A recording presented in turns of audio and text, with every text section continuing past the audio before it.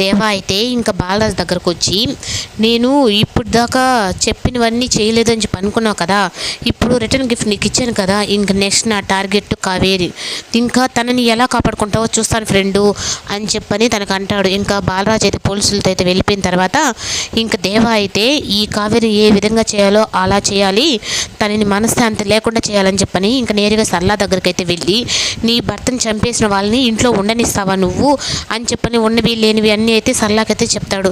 ఇంకా సరళ ముందే బాలరాజే చంపేశాడని చెప్పని సత్యంతో ఉన్న ఒక సరళ అయితే ఇంకా వాళ్ళు వచ్చిన తర్వాత చెప్తాను అన్నయ్య అని చెప్పని అంటాడు. అమ్మ నీకు నీ బిడ్డలకి ఇద్దరికి ఈ అన్నయ్య ఒకడు ఉన్నాడు తోడుగని చెప్పని ఎప్పుడు మర్చిపోవద్దమ్మా అని చెప్పని సరళనైతే దేవ బాగా నమ్మిస్తాడు.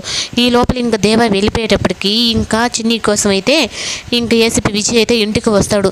ఇప్పుడు కానీ నేను ఏసీపీ విజయ్ ముందు చిన్నిని కానీ ఉషాని కానీ ఏమన్నా అన్నాను అంటే వీడు ఏదో కేసు పెట్టి మళ్ళీ నన్ను కూడా ఇరికిస్తాడు అని చెప్పని అంటాడు. ఇంకా బాలరాజు అయితే తన లాయర్ ద్వారా ఎలాగోలా బయటకు వస్తాడు. కానీ ప్రూఫ్ అయితే ఇంకా లేదు కదా, రిమాండ్లోనే ఉన్నాడు కదా అని చెప్పని అన్నట్టుగా మనుషులతో మాట్లాడుకుని తను బయటకు వచ్చి ఇంకా కావేరి కాపలాగా ఉండాలని చూస్తూ ఉంటాడు. ఈ లోపల ఇంకా చిన్ని అయితే మామయ్య దగ్గర ఉన్న షాప్ని చూసుకుంటూ ఈ షాప్ని ఇలా వదిలిపెట్టకూడదు, మామయ్య కష్టార్జితం ఇదని చెప్పని తనంతట తానే మిషన్ కుట్టుకుంటూ ఉంటుంది. ఈ లోపల అక్కడికి ఏసీపీ విజయ్ అయితే వెళ్ళి, ఏంటి చిన్ని నీకు ఇంత కష్టం వచ్చింది, మీ మామయ్యకి ఏం జరిగింది అంటే, విద్యు సార్ మా నాన్న చంపారు అని చెప్పని అందరూ అంటున్నారు, కానీ మా నాన్న అయితే చంపలేదు విద్యు సార్ అని చెప్పని తనకి చెప్పేస్తుంది. ఈ లోపల ఇంకా దేవ అయితే బాలరాజు చెప్పినట్టుగానే కావేరిని అయితే కిడ్నాప్ చేసి ఒక దగ్గర అయితే బంధిస్తాడు.